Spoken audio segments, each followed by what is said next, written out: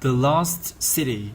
When the U.S. explorer and academic Hiram Bingham arrived in South America in 1911, he was ready for what was to be the greatest achievement of his life, the exploration of the remote hinterland to the west of Cusco, the old capital of the Inca Empire in the Andes Mountains of Peru.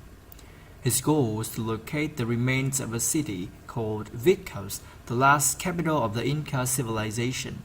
Cusco lies on a high plateau at an elevation of more than 3,000 meters, and Bingham's plan was to descend from its plateau along the valley of Urubamba River, which takes a circuitous route down to the Amazon and passes through an area of dramatic canyons and mountain ranges. When Bingham and his team set off down the Urubamba in late July, they had an advantage over travelers who had preceded them. A track had recently been plastered down the valley canyon to enable rubber to be brought up by moles from the jungle. Almost all previous travelers had left the river at Ollantay Temple and taken a high pass across the mountains to rejoin the river lower down, thereby cutting a substantial corner, but also left their fort, never passing through the area around Machu Picchu. On 24th July, they were a few days into their descent of the valley. The day began slowly, with Bingham trying to arrange sufficient mules for the next stage of the trek. His companions showed no interest in accompanying him up the nearby hill to see some ruins that a local farmer, Meko Atsuga, had told them about the night before. The morning was dull and damp. The Bingham also seems to have been less than keen on the prospect of climbing the hill. In his book, Lost City of the Incas, he relates that he had made the ascent without having the least expectation that he would find anything at the top. Bingham writes about the approach in vivid style in his book. First, he climbs up the hill. He describes the ever-present possibility of deadly snakes, capable of making considerable springs when in pursuit of their prey, not that he sees any.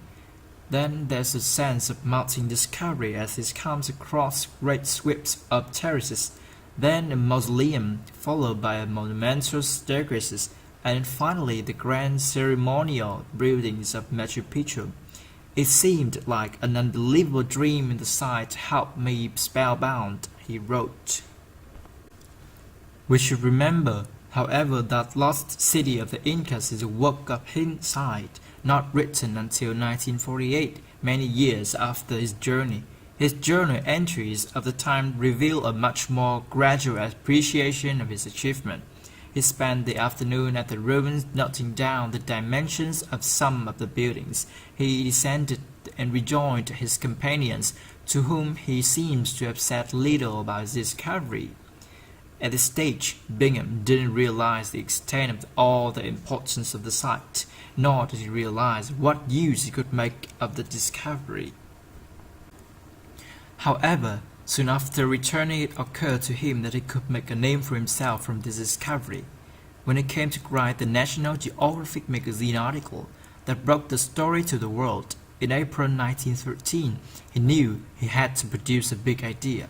He wondered whether it could have been the birthplace of the very first Inca, Manco the Great, and whether it could also have been what chroniclers described as the last city of the Incas. This term refers to Vilcabamba, the settlement where the Incas had fled from Spanish invaders in the 1530s. Bingham made desperate attempts to prove this belief for nearly 40 years. Sadly, his vision of the site as both the beginning and end of the Inca civilization, while a magnificent one, is inaccurate. We now know what Vilcabamba actually lies 65 kilometers away in the depths of the jungle.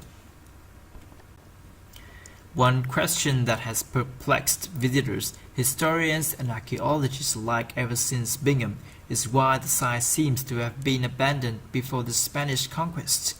There are no references to it by any of the Spanish chroniclers, and if they had known of its existence so close to Cusco, they would certainly have come in search of gold.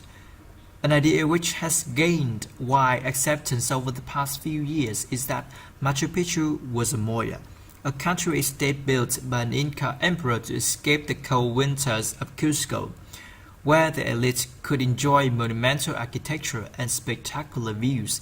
Furthermore, the particular architecture of Machu Picchu suggests that it was constructed at the time of the greatest of all the Incas, the Emperor Pachacuti. By custom, Pachacuti's descendants built other similar estates for their own use, and so Machu Picchu would have been abandoned after his death some 50 years before the Spanish conquest.